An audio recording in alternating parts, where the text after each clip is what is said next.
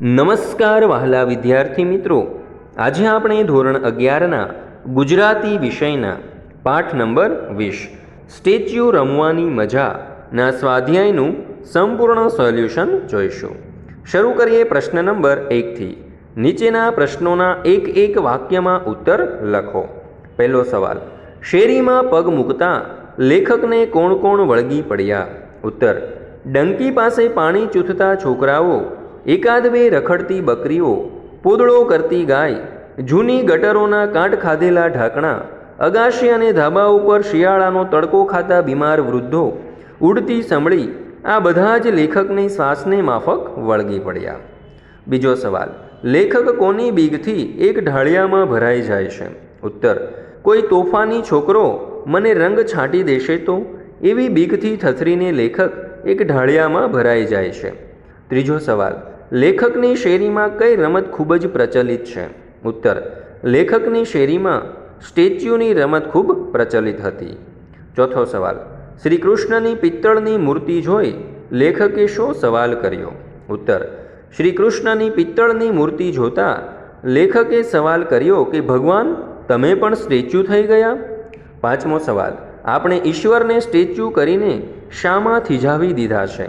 ઉત્તર, આપણે ઈશ્વરને સ્ટેચ્યુ કહીને મંદિરમાં અને પુસ્તકોમાં થીજાવી દીધા છે।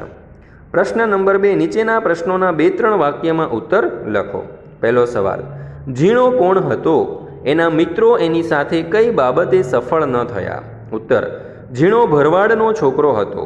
એના લુગડામાંથી ગાય, ભેંસ અને બકરાની વાસ આવતી, એના નાકમાંથી લીંટ ટપક્યા કરતું, એ ગેટવાળી શેરીમાં રહેતો હતો। ઉછળકૂદમાં એનો કોઈ મુકાબલો કરી શકતું નહીં, એ છાપરા ઉપર કે ઝાડ ઉપર વાંદરાની જેમ સડસડાટ સડી જતો હતો। ઝીણો સ્ટેચ્યુ કહેવામાં ચપળ હતો। એના મિત્રોએ એને સ્ટેચ્યુ કહીને થીજાવી દેવાના અનેક પ્લાન કરેલા, પણ તેઓ સફળ થયા નહોતા। બીજો સવાલ, કૃષ્ણની મૂર્તિ શાથી કાળી મેષ થઈ ગઈ? ઉત્તર, લેખકે મેળામાં જવાની ઉતાવળમાં ગોખલામાં ઠાકોરજી પાસે દીવો પેટાવી ઠાકોરજીને પગે લાગીને ગોખલો બંધ કરી દીધો। એ પછી મેળામાં જવા નીકળી ગયા, પરંતુ બંધ ગોખલામાં દીવાની ઝાળ લાગતા કૃષ્ણની મૂર્તિ કાળી મેષ થઈ ગઈ હતી। ત્રીજો સવાલ, ઘરમાં શી હોનારત સર્જાઈ? ઉત્તર, લેખકે મેળામાં જવાની ઉતાવળમાં ગોખલામાં ઠાકોરજી પાસે દીવો પેટાવી ઠાકોરજીને પગે લાગીને ગોખલો બંધ કરી દીધો। એ પછી મેળામાં જવા નીકળી ગયા, પરંતુ બંધ ગોખલામાં દીવાની ઝાળ લાગતા કૃષ્ણની મૂર્તિ કાળી મેષ થઈ ગઈ હતી। ઠાકોરજીનો અડધો બળેલો ગોખલો ઓસરીની થાંભલી પાસે પડ્યો હતો। ઠાકોરજીની મોરપીંછની સાવરણી, ગાદી, છત્ર અને વાઘા બળીને રાખ થઈ ગયા હતા। આ હોનારત સર્જાઈ હતી એટલે તેમના ઘરમાં સૌના મોઢા ચડેલા હતા। પ્રશ્ન નંબર 3, માંગ્યા પ્રમાણે કરો।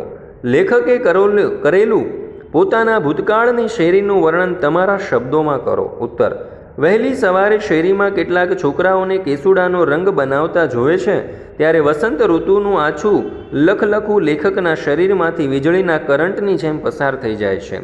પાંડુ જેવો લેખક કેસુડાને અડકવા જાય છે પણ અડકી શકતો નથી। કોઈ તોફાની છોકરો લેખકને રંગ છાંટી દેશે તો, એવી બીકથી થથરીને લેખક એક ઢાળિયામાં ભરાઈ જાય છે।